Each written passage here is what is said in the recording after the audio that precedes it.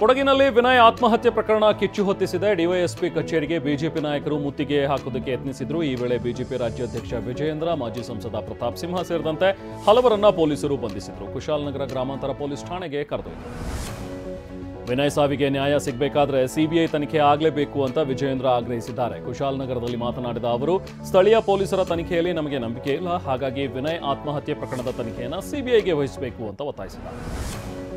ಬಿಜೆಪಿಯವರು ಹತಾಶರಾಗಿ ಸಾವಿನಲ್ಲೂ ರಾಜಕೀಯ ಮಾಡ್ತಿದ್ದಾರೆ ಅಂತ ಸಿಎಂ ಸಿದ್ದರಾಮಯ್ಯ ವಾಗ್ದಾಳಿ ನಡೆಸಿದ್ದಾರೆ. ವಿಧಾನಸೌಧದಲ್ಲಿ ಮಾತನಾಡಿದ ಅವರು, ಬಿಜೆಪಿಯವರ ಬೇಡಿಕೆಗಳಿಗೆ ನಾವು ಉತ್ತರ ಕೊಡೋಕ್ಕಾಗೋದಿಲ್ಲ, ತನಿಖೆ ಪೂರ್ಣಗೊಂಡ ಬಳಿಕ ತಪ್ಪಿತಸ್ಥರ ವಿರುದ್ಧ ಕ್ರಮ ಆಗತ್ತೆ ಅಂತ ಹೇಳಿದರು.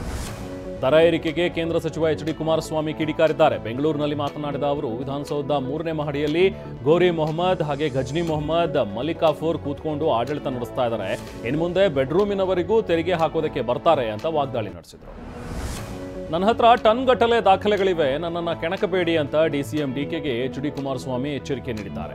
ಬೆಂಗಳೂರಿನಲ್ಲಿ ಸುದ್ದಿಗೋಷ್ಠಿ ನಡೆಸಿದ ಕುಮಾರಸ್ವಾಮಿ, ಯುಡಿ ಮಿನಿಸ್ಟರ್ ಆಗಿ ಎಷ್ಟು ಲೂಟಿ ಮಾಡಿದ್ರಿ, ಆ ದಾಖಲೆಗಳು ನನ್ನ ಬಳಿ ಇವೆ ಅಂತ ವಾಗ್ದಾಳಿ ನಡೆಸಿದ್ದಾರೆ. ಕುಮಾರಸ್ವಾಮಿಗೆ ಹೆದರುವಂತಹ ಮಗ ನಾನಲ್ಲ ಅಂತ ಹೇಳಿ ಡಿಸಿಎಂ ಡಿಕೆ ಶಿವಕುಮಾರ್ ತಿರುಗೇಟು ನೀಡಿದ್ದಾರೆ. ಬೆಂಗಳೂರಿನಲ್ಲಿ ಮಾತನಾಡಿದ ಅವರು, ಎಚ್ ಡಿ ಕುಮಾರಸ್ವಾಮಿ ಬಳಿ ದಾಖಲೆ ಇದ್ರೆ ಬಿಡುಗಡೆ ಮಾಡಲಿ, ನನ್ನ ಕುಟುಂಬದ ಆಸ್ತಿ ಎಷ್ಟಿದೆ ಅಂತ ತೆಗೆಸಿದ್ದಾರೆ ಅನ್ನೋದು ಗೊತ್ತಿದೆ ಅಂತ ವಾಗ್ದಾಳಿ ನಡೆಸಿದರು. ವಕ್ಫ್ ತಿದ್ದುಪಡಿ ಮಸೂದೆ ಸಂವಿಧಾನಕ್ಕೆ ವಿರುದ್ಧವಾಗಿದೆ ಅಂತ ಸಚಿವ ದಿನೇಶ್ ಗುಂಡೂರಾವ್ ವಾಗ್ದಾಳಿ ನಡೆಸಿದ್ದಾರೆ. ಮಂಗಳೂರಿನಲ್ಲಿ ಮಾತನಾಡಿದ ಅವರು, ಕೇಂದ್ರ ಸರ್ಕಾರವು ಕೂಡ ದಬ್ಬಾಳಿಕೆ ಮಾಡ್ತಾ ಇದೆ, ರಾಜ್ಯದ ಹಕ್ಕನ್ನ ಕಿತ್ಕೊಳ್ತಾ ಇದ್ದಾರೆ. ರಾಜ್ಯದ ಭೂಮಿ ಮೇಲೆ ರಾಜ್ಯಕ್ಕೆ ಹಕ್ಕಿದೆ ಹೊರತು ಕೇಂದ್ರಕ್ಕೆ ಹಕ್ಕಿಲ್ಲ ಅಂತ ಹೇಳಿದರು. ಚಿತ್ರದುರ್ಗದಲ್ಲಿ ಸಂಸದ ಗೋವಿಂದ ಕಾರಜೋಳ ಭಾಷಣಕ್ಕೆ ಅಡ್ಡಿಪಡಿಸಲಾಗಿದೆ. ಬಾಬು ಜಗಜೀವನ್ ರಾಮ್ ಜಯಂತಿ ಕಾರ್ಯಕ್ರಮದಲ್ಲಿ ಕಾರಜೋಳ ಒಳ ಮೀಸಲಾತಿ ಜಾರಿ ಬಗ್ಗೆ ಸರ್ಕಾರದ ನಿರ್ಲಕ್ಷ್ಯ ಬಗ್ಗೆ ಮಾತನಾಡ್ತಾ ಇದ್ರು. ರಾಜಕೀಯ ಭಾಷಣ ಮಾಡದಂತೆ ದಲಿತ ಮುಖಂಡರು ಅಡ್ಡಿಪಡಿಸಿ ಆಕ್ರೋಶ ವ್ಯಕ್ತಪಡಿಸಿದರು. ಮಂಗಳೂರು ಜೈಲಿನ ಜಾಮರ್ನಿಂದ ಮೊಬೈಲ್ ನೆಟ್ವರ್ಕ್ ಸಮಸ್ಯೆಯಾಗಿದೆ, ಫೋನ್ ಕಾಲ್ ಹೋಗ್ತಾ ಇಲ್ಲ, ಡಿಜಿಟಲ್ ಪೇಮೆಂಟ್ ಕೂಡ ಆಗ್ತಾ ಇಲ್ಲ. ಜೈಲಿನ ಸುತ್ತಮುತ್ತಲಿನ 3 ಕಿಲೋಮೀಟರ್ ವ್ಯಾಪ್ತಿಯಲ್ಲಿ ಈ ಥರ ಸಮಸ್ಯೆ ಆಗ್ತಾ ಇದೆ, ಕೂಡಲೇ ಸಮಸ್ಯೆ ಬಗೆಹರಿಸಿಕೊಡಿ ಅಂತ ಬಿಜೆಪಿ ಪ್ರತಿಭಟನೆ ನಡೆಸಿದೆ. ಬೆಂಗಳೂರಿನಲ್ಲಿ ಪೂರ್ವ ವಿಭಾಗದ ಡಿಸಿಪಿ ಕಚೇರಿ ಹಿಂಭಾಗ ಅಗ್ನಿ ಅವಘಡ ಸಂಭವಿಸಿದೆ. ಬೆಂಕಿ ಕೆನ್ನಾಲಿಗೆಗೆ 2 ಟೋಯಿಂಗ್ ವಾಹನಗಳು ಸೇರಿ 4 ವಾಹನಗಳು ಬೆಂಕಿಗೆ ಆಹುತಿಯಾಗಿವೆ. ಕ್ವೀನ್ಸ್ ರಸ್ತೆಯ ಸಮೀಪವಿರುವ ಕಚೇರಿ ಬಳಿ ಕಸಕ್ಕೆ ಹಾಕಿದ್ದ ಬೆಂಕಿ ತಗುಲಿ 4 ವಾಹನಗಳು ಸುಟ್ಟು ಭಸ್ಮವಾಗಿವೆ. ಅಕ್ರಮವಾಗಿ ಪಡಿತರ ಅಕ್ಕಿ ಸಂಗ್ರಹಿಸಿದ್ದ ಮನೆ ಮೇಲೆ ಅಧಿಕಾರಿಗಳು ದಾಳಿ ನಡೆಸಿದರು. ಬಳ್ಳಾರಿ ಜಿಲ್ಲೆಯ ಸಿರುಗುಪ್ಪ ತಾಲೂಕಿನ ರಾರಾವಿ ಗ್ರಾಮದ ಮನೆಯಲ್ಲಿ 20,000ಕ್ಕೂ ಅಧಿಕ ಮೌಲ್ಯದ ಪಡಿತರ ಅಕ್ಕಿ ವಶಪಡಿಸಿಕೊಂಡಿದ್ದಾರೆ. ಮನೆ ಮಾಲೀಕನನ್ನ ವಶಕ್ಕೆ ಪಡೆಯಲಾಗಿದೆ.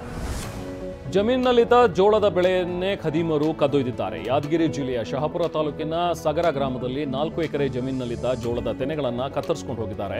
ರೈತ ಅಂಬರೀಶ್ ಶ್ರೀಶೈಲ ಪಾದಯಾತ್ರೆಗೆ ಹೋಗಿದ್ದಾಗ ಕಳ್ಳರು ಕನ್ನ ಹಾಕಿದ್ದಾರೆ. ದಾವಣಗೆರೆ ಜಿಲ್ಲೆಯ ನ್ಯಾಮತಿ ಪಟ್ಟಣದಲ್ಲಿ ದೇವಸ್ಥಾನದ ಹುಂಡಿಯನ್ನೇ ಕದ್ದೊಯ್ದಿದ್ದಾನೆ. ಚೌಡಮ್ಮ ದೇವಸ್ಥಾನಕ್ಕೆ ಬೈಕ್ನಲ್ಲಿ ಬಂದ ಯುವಕ ಮುಖಕ್ಕೆ ಬಟ್ಟೆ ಕಟ್ಟಿಕೊಂಡು ದೇವಸ್ಥಾನಕ್ಕೆ ನುಗ್ಗಿ ಹುಂಡಿಯನ್ನ ಎತ್ಕೊಂಡು ಪರಾರಿಯಾಗಿದ್ದಾನೆ. ಕಳ್ಳತನದ ದೃಶ್ಯ ಸಿಸಿ ಕ್ಯಾಮೆರಾದಲ್ಲಿ ಸೆರೆಯಾಗಿದೆ. ಉಡುಪಿಯ 11 ವರ್ಷದ ಬಾಲಕ ದೈವ ನರ್ತನದಲ್ಲಿ ಅಚ್ಚರಿ ಮೂಡಿಸಿದ್ದಾನೆ. ಕಾರ್ಕಳ ತಾಲೂಕಿನ ಮುಂಡ್ಲಿ ಗ್ರಾಮದಲ್ಲಿರುವ ಮುಗೇರಕಲಾ ದೈವಗಳ ಸನ್ನಿಧಿಯಲ್ಲಿ ತನಿಮಾನಿಗ ದೈವದ ರೂಪದಲ್ಲಿ ಬಾಲಕ ಹೆಜ್ಜೆ ಹಾಕಿದ್ದಾನೆ. ಈ ಹಿಂದೆ ಬಾಲಕನ ಅಜ್ಜ ಮೋನು ಪಾಣರ ದೈವ ನರ್ತನ ಮಾಡ್ತಾ ಇದ್ರು. ಲೋಕಸಭೆ ರಾಜ್ಯಸಭೆಯಲ್ಲಿ ವಕ್ಫ್ ಬಿಲ್ ಅಂಗೀಕಾರವಾಗಿದ್ದಕ್ಕೆ ಯುಪಿ ಸಿಎಂ ಯೋಗಿ ಆದಿತ್ಯನಾಥ್ ಪ್ರಧಾನಿ ಮೋದಿಗೆ ಶುಭಾಶಯ ಕೋರಿದ್ದಾರೆ. ಇನ್ನು ಮುಂದೆ ವಕ್ಫ್ ಹೆಸರಲ್ಲಿ ಭೂಮಿ ಕೊಳ್ಳೆ ಹೊಡೆಯೋದಕ್ಕೆ ಸಾಧ್ಯವಿಲ್ಲ, ಸಾರ್ವಜನಿಕ ಜಮೀನಿನಲ್ಲಿ ಇನ್ನು ಮುಂದೆ ಶಾಲೆ, ಕಾಲೇಜುಗಳು, ಆಸ್ಪತ್ರೆಗಳನ್ನು ನಿರ್ಮಿಸಲಾಗುತ್ತೆ ಅಂತ ಹೇಳಿದ್ದಾರೆ. ಶ್ರೀಲಂಕಾಗೆ 3 ದಿನಗಳ ಪ್ರವಾಸ ಕೈಗೊಂಡಿರುವ ಪ್ರಧಾನಿ ಮೋದಿಗೆ ಮಿತ್ರ ವಿಭೂಷಣ ಪ್ರಶಸ್ತಿ ಪ್ರದಾನ ಮಾಡಲಾಗಿದೆ. ಶ್ರೀಲಂಕಾ ಅಧ್ಯಕ್ಷ ಅನುರಾ ಕುಮಾರ ದೆಸನಾಯಕೆ ಭಾರತ ಶ್ರೀಲಂಕಾ ಸ್ನೇಹದ ಸಂಕೇತವಾಗಿ ಮೋದಿಗೆ ಮಿತ್ರ ವಿಭೂಷಣ ಪ್ರಶಸ್ತಿ ನೀಡಿ ಗೌರವಿಸಿದ್ದಾರೆ. ನಟಿ ರಶ್ಮಿಕಾ ಮಂದಣ್ಣ ಇಂದು 29ನೇ ವರ್ಷದ ಬರ್ತ್ಡೇ ಸಂಭ್ರಮದಲ್ಲಿದ್ದಾರೆ. ಒಮನ್ಗೆ ಭೇಟಿ ನೀಡಿರುವ ರಶ್ಮಿಕಾ ಹಲವು ಫೋಟೋಗಳನ್ನು ಸೋಷಿಯಲ್ ಮೀಡಿಯಾದಲ್ಲಿ ಹಂಚಿಕೊಂಡಿದ್ದಾರೆ. ಡಯಟ್ ಬ್ರೇಕ್ ಮಾಡಿದ್ದಕ್ಕೆ ಜಿಮ್ ಟ್ರೈನರ್ಗಳು ಸಿಟ್ಟಿಗೊಳಗಾಗ್ತಾರೆ ಅಂತ ಬರೆದುಕೊಂಡಿದ್ದಾರೆ. ಇಂದು ಡೆಲ್ಲಿ ಕ್ಯಾಪಿಟಲ್ಸ್ ವಿರುದ್ಧ ಚೆನ್ನೈ ಸೂಪರ್ ಕಿಂಗ್ಸ್ ತಂಡ ಕಣಕ್ಕಿಳಿತಾ ಇದೆ. ಚೆನ್ನೈನ ಚಿದಂಬರಂ ಸ್ಟೇಡಿಯಂನಲ್ಲಿ ಮಧ್ಯಾಹ್ನ 3:30ಕ್ಕೆ ಪಂದ್ಯ ಆರಂಭವಾಗುತ್ತೆ. ಅಚ್ಚರಿ ಅಂದರೆ ಈ ಪಂದ್ಯದಲ್ಲಿ ಚೆನ್ನೈ ತಂಡವನ್ನು ಮಹೇಂದ್ರ ಸಿಂಗ್ ಧೋನಿ ಮುನ್ನಡೆಸ್ತಾರೆ ಅಂತ ಹೇಳಲಾಗ್ತಿದೆ. ಋತುರಾಜ್ ಗಾಯಕ್ವಾಡ್ ಇಂಜುರಿ ಇದ್ದಾರೆ, ಸೊ ಹಾಗಾಗಿ ಧೋನಿ ನಾಯಕನಾಗ್ತಾರೆ ಅಂತ ಹೇಳಲಾಗ್ತಿದೆ.